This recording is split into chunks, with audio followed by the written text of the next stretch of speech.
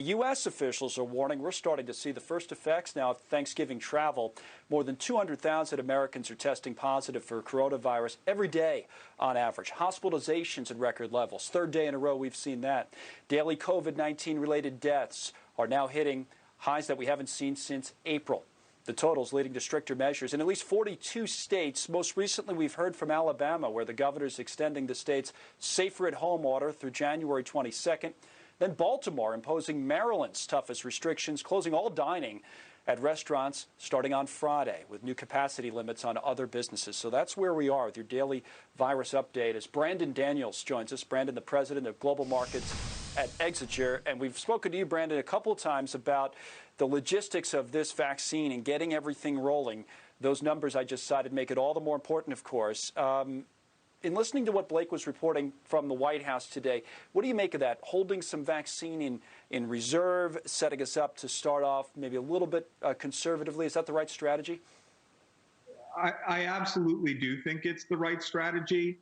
When you have an entire logistics operation which is getting set up at the speed and scale that Operation Warp Speed and specifically the vaccine delivery component of Operation Warp Speed is, the critical thing is to measure thrice and to cut once.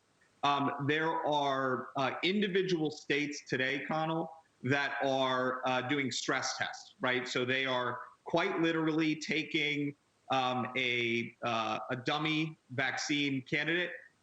They're moving it from an airport to one of the local approved hubs in dry ice containers.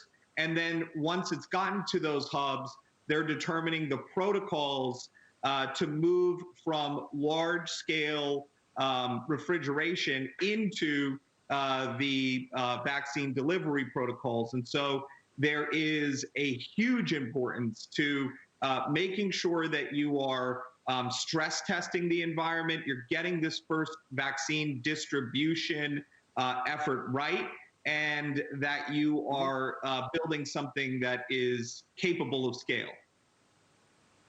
Because Americans see the headlines from the UK. We had, that nice woman yesterday, we had her on the show, 90 years old, first vaccine was given to her. A number of other people were interviewed over there. So they've gotten themselves going. Today, the headline from Canada, it's approved there. They'll be up and running by next week. Even Bahrain, I believe, has approved the Pfizer vaccine. Now, I know we might have ours approved for an emergency use by tomorrow. That FDA meeting will be closely watched. But should Americans look at all of this and say, all right, to your point, we're being careful, we're not too far behind, or those countries are getting out ahead of us and we need to catch up? What's your take on what you're seeing around the world, not just us? Well, the government, the United States government has been instrumental in the creation of a vaccine and has been instrumental in pre-purchasing or pre-buying at such a scale that has allowed for rapid research and development, has allowed for rapid production. And so you are going to see the United States receiving a large proportion of global vaccine volumes.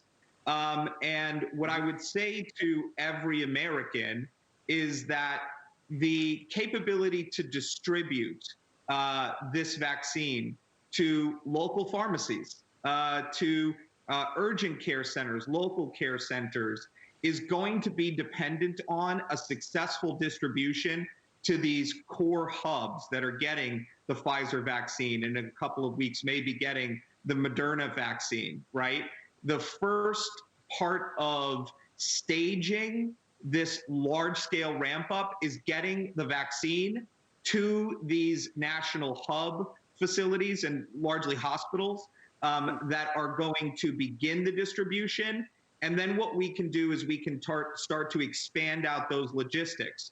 We don't want to have a situation that we had at the beginning of the COVID-19 response effort, where we have logistics providers or companies that are coming into our infrastructure that don't have the capability to deliver. And so if we start at this first phase of the rollout with a solid delivery, we know we can build on top of that success. So I 100% agree with what General Perna had said, and believe in the team that's supporting him, All right. and including myself on vaccine supply chain security. That makes a lot of sense when you explain it the way you did. It puts into context, I think, for people watching what General Perna was talking about. Brandon, thank you once again for joining us. Brandon Daniels. Now, Facebook